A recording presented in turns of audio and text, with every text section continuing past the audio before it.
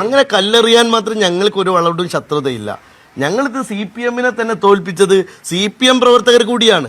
അവരുടെ strong hold ഇന്നേവരെ അട്ടിമറിയാത്ത പല കേന്ദ്രങ്ങളും തകർന്നത് എന്തുകൊണ്ടാണ്?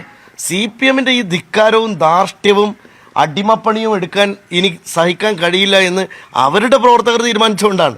അതുകൊണ്ട് ഈ കല്ലെറിഞ്ഞവരിൽ ഇതുപോലെയുള്ള സാധാരണ LDF-കാർ പോലും ഇല്ല. ഇതൊരു മാസീവായിട്ട് നടത്തിയിട്ടുള്ള അവരുടെ നേതൃതലത്തിലുള്ള ഗൂഢാലോചനയാണ്. ഈ ഗൂഢാലോചന കൂടി പോലീസ് പുറത്തു കൊണ്ടുവരണം എന്നത് വളരെ പ്രധാനമായിട്ടുള്ള കാര്യമാണ്.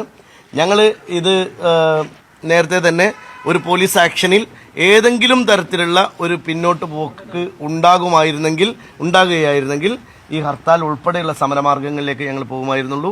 ഒരിക്കൽ കൂടി അടിവരയിട്ട് പറയാം, പെരിന്തൽമണ്ണ പോലെയുള്ള ഒരു സ്ഥലത്ത്, കൂടുതൽ ജനങ്ങളൊക്കെ പ്രബുദ്ധരായ ഒരു സ്ഥലത്ത് ഇങ്ങനെ അടിച്ചും എറിഞ്ഞും ആക്രമിച്ചും ഓഫീസ് പൊളിച്ചും തോൽപ്പിക്കാനാണ് CPM വിചാരിക്കുന്നതെങ്കിൽ അത് ജനങ്ങളാണ് നിരത്തി ഞങ്ങൾ പ്രതിരോധിക്കും. ഇവിടുത്തെ വ്യാപാരികളായ ആളുകളോടൊന്നും ഞങ്ങൾക്ക് യാതൊരു പ്രയാസവുമില്ല. കാരണം അവർക്ക് ആർക്കും ഒരു ബുദ്ധിമുട്ടുണ്ടാക്കുന്ന തരത്തിൽ ഹർത്താൽ പോകണ്ട എന്നത് UDF-ന്റെ തീരുമാനമാണ്.